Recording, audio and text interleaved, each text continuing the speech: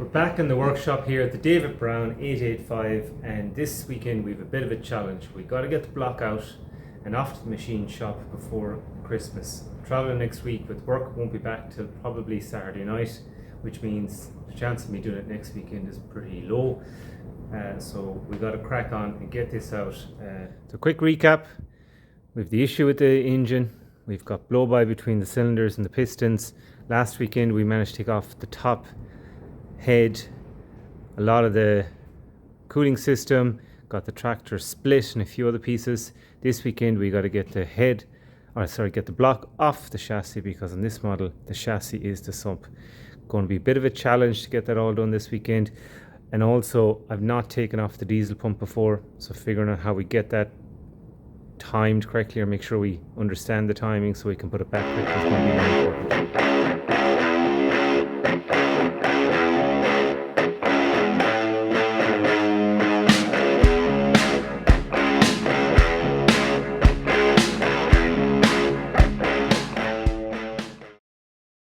So I just took the sump off, and since this engine was running, it wasn't running long, it was running for several hours while I was diagnosing it.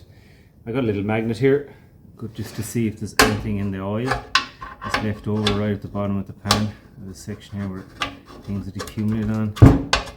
I don't see anything, but it's good to check. Okay. So yeah, I'm picking up nothing. Nothing at all. So, good time.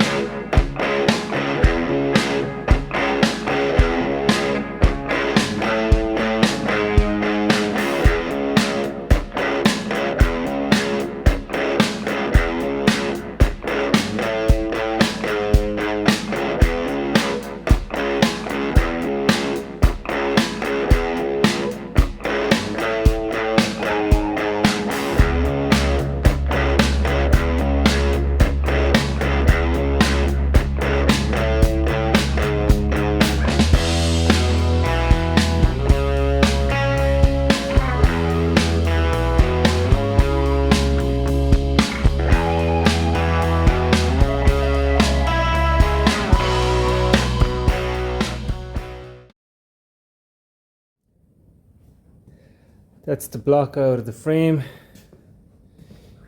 You can see what I meant by the frame being the sump. But we have block off on the engine stand, nice and safe. Next, crank out, pistons out, and diesel pump out.